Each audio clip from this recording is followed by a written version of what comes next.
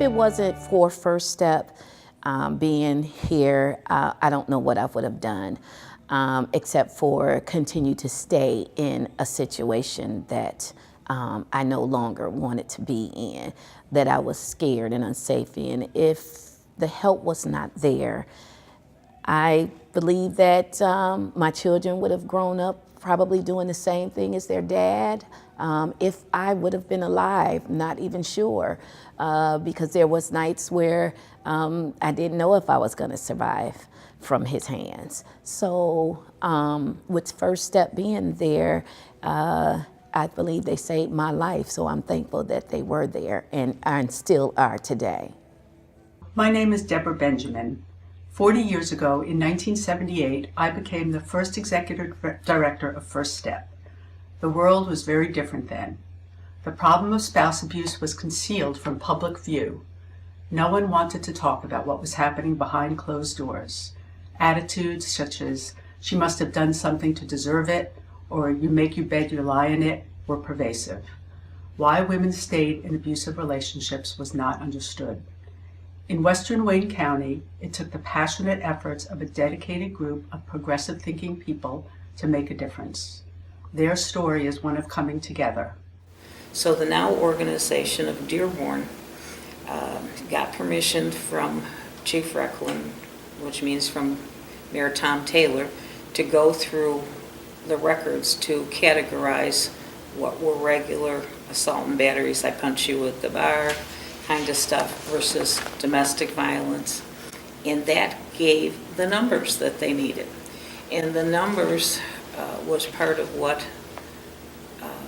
the agency that came to be, First Step, needed to show a basis, because you got to find the facts before you can get the funding. First Step received a seed grant from the City of Westland and a contract with the federal government for one staff member. So First Step was born with just me and one wonderful assistant. Together, we built a network of volunteers. First Step is a nonprofit private organization that was begun to provide services to victims of domestic violence. Later, we added sexual assault services. The services range from 24-hour line to crisis support, individual and group counseling, 24-hour crisis line, transitional housing, and shelter. First Step brings a sense of, first and foremost, I think, safety and ability to let families experiencing violence know they're not alone, and that people do believe them and do care and will support them in any way that is necessary to be safe. And I think the community's a better place because of First Step. In my transition to the TSH program, I left my home with nothing. I basically left with 4 bags of luggage and nothing else. When I transitioned into the TSH program, not only was I provided a safe place, a place where I could call home, I was also provided with everything that's included in a home: furniture, beds, blankets, pillows, utensils, pots, pans, dishes, cleaning items, you name it, and it was provided. I have worked very hard to rebuild my life with the help of First Step. The counseling really helped me find my potential, for that matter, and really helped me rebuild my life from scratch, literally from scratch. Some of the cases I've experienced and worked with are clients that have been impacted by domestic violence, impacted so much that some of the things that has happened, they don't even identify those things as domestic violence. They just think it's just normal, everyday part of life. We work with them to explain what domestic violence look like, to eliminate any concerns or barriers. One of the biggest things is safety. Is my husband gonna find me? Is he gonna know where I'm at? Is he gonna take the children from me? kids often do feel like domestic violence is their fault. Sometimes an argument might start because of something that was happening with the children. And kids, when they hear those things, they take it in as, okay, well, this is my fault. I'm the reason that my parents aren't getting along or that someone's being hurt. And so a big part of what we do in the children's program is to inform and educate kids about what the causes of violence are and helping them to know that domestic violence, sexual violence, none of that is ever their fault. Let me tell you a little bit about our story. We grew up in an abusive household, and my mom, she made the decision to say, you know what, enough was enough. And being afraid enough as we are, coming into a new area was new for us, and we came across First Step. And I can honestly say that the moment we walked through those doors, First Step, their staff greeted us with love. They supported us. It was a place of safety where we could feel safe. And not only did they greet us with love, they gave us the support and tools and resources that we need to survive. First Step gave me the confidence to look at my situation in a clear manner and to finally say to myself, it's true, it's really true. This is an abusive situation. You don't have to put up with this anymore. Wherever I go, I tell people about First Step. And I carry items in my purse with the First Step phone number and tell what a tremendous organization they are and how much they helped me. I would say that the staff at First Step are some of the finest individuals that you could find anywhere. I was a typical battered woman, and I was very much trapped in that situation financially.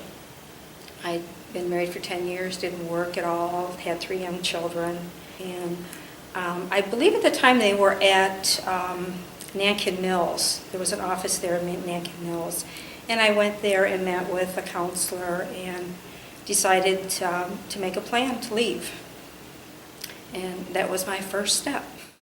When I think about all the contributions that people have done, we've got donors that have given us over $1 million. Karen Wilson Smith-Bauer donated a significant gift so that we could buy our new shelter.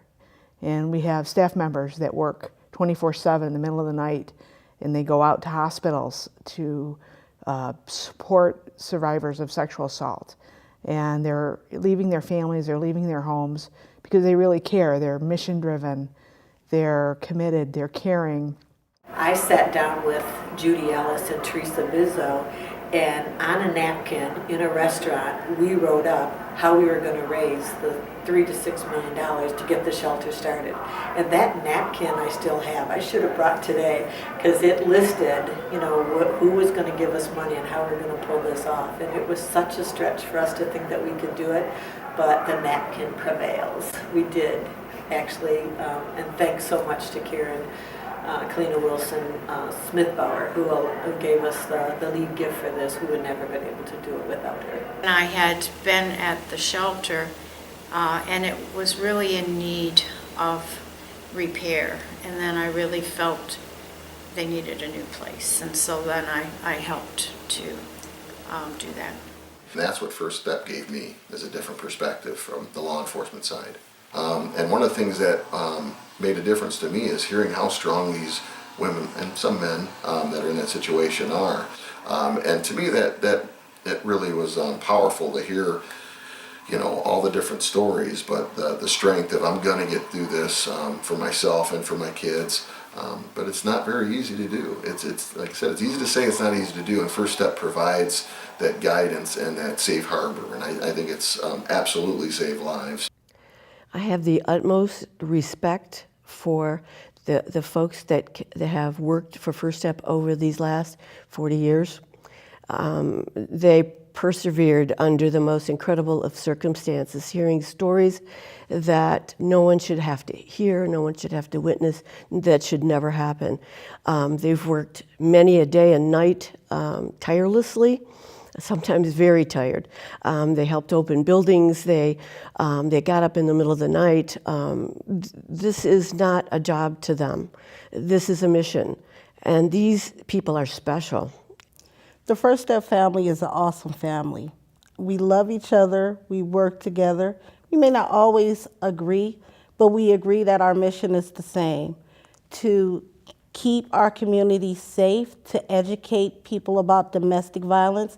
That's not only education for survivors, it's education for people that may have seen something and not quite sure what they've seen. So as a family, a First Step family member, I'm proud to say that we do what we can, and maybe I don't know, but I got a partner that may know something. So I think one case that really stood out to me was probably a teenager that I worked with not too long ago. And one thing that was so impressive to me was that this teenager was able to really stand up and eventually be their own advocate. They were able to talk to a judge that was involved in custody decisions and to have their voice heard and to talk about what they had gone through, what they had witnessed, and also the healing that they felt they were experiencing by the separation that had happened. And so to just witness this child's bravery and their ability to stand up for themselves, I think is something that continues to inspire me in my work with kids. There are some that are, really dangerous situations.